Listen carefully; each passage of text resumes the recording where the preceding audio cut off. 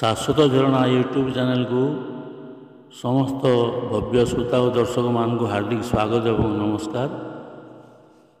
आज आम जानिबा जन्मबार अनुसार मंत्र जप सुखमय जीवन पाई।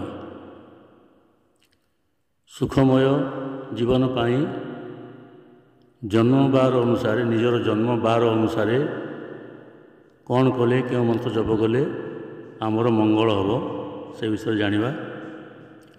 प्रथम है रविवार। रविवार दिन जन्म होता व्यक्ति अटा खातु नहीं।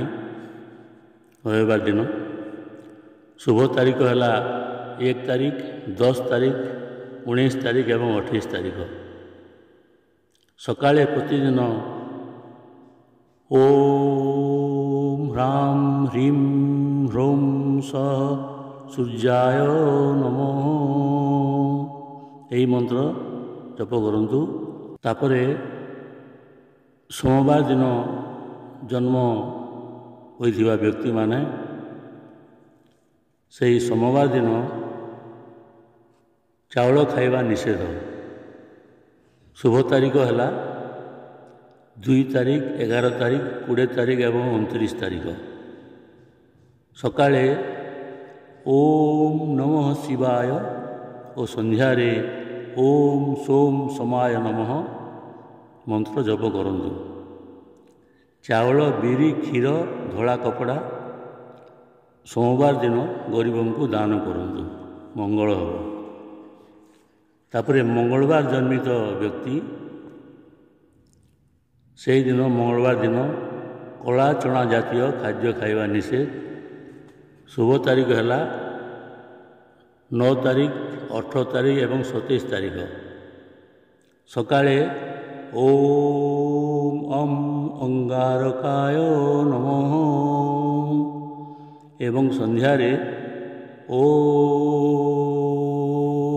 लक्ष्मण प्राणदात्रे नमः यही मंत्र जप करिबा विधेय। मंगलवार घी, लाल कपड़ा, लाल चंदन आदि दान करंतु। तापरे बुधवार जन्मित व्यक्ति सबुज मुग बुधवार दिन खाइबा मना। शुभ तारीख है 5, 14 एवं 23। सकाळे ओम बुम बुधाय नमः जप करंतु। संध्यारे राम सीता चित्र आगरे तुलसी माळ धरी ओम जानकी वल्लभाय नमः 108 थर जप करिवे। सबुज मुग, बिरी, सबुज वस्त्र दान करंतु। बुधवार दिन पंगु मानंकु सेवा करंतु। तापरे गुरुवार दिन जन्म होइथिबा व्यक्ति चना डाली गुरुवार खातु नहीं। शुभ तारीख है 3, 12, 21 एवं 30। सकाळे ओम ब्रूम बृहस्पतये नमः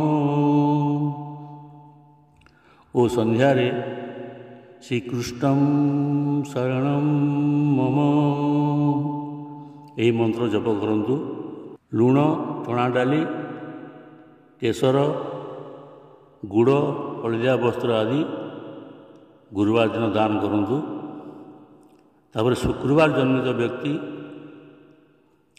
क्षीर तैयारी जिनस खाइबा निषेध। शुभ तारीख है 6 तारीख, 15 तारीख एवं 24 तारीख।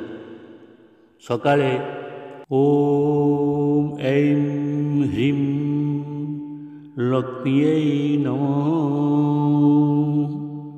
एवं संध्यारे स्फटिक माला धरी ओम द्रां द्रीं द्रौं सः शुक्राय नमः 108 थर जप करंतु। चावल, घी, दही, चीनी, धला वस्त्र आदि दान करंतु। तापरे शनिवार जन्मित व्यक्ति बिरी डाली शनिवार दिन खातु नहीं। बिरी डाली। शुभ तारीख है 8 तारीख, 17 तारीख एवं 26 तारीख।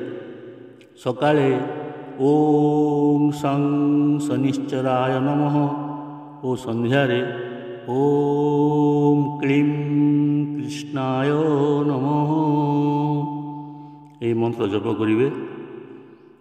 ଲୁହା, ତେଲ, କଳା କପଡ଼ା ଆଦି ଦାନ କରନ୍ତୁ। ପିପଳ ଗଛର ମୂଳେ ସୋରିଷ ତେଲର ଦୀପ ସନ୍ଧ୍ୟାରେ ଜାଳନ୍ତୁ। ଧନ୍ୟବାଦ ଏବଂ ନମସ୍କାର।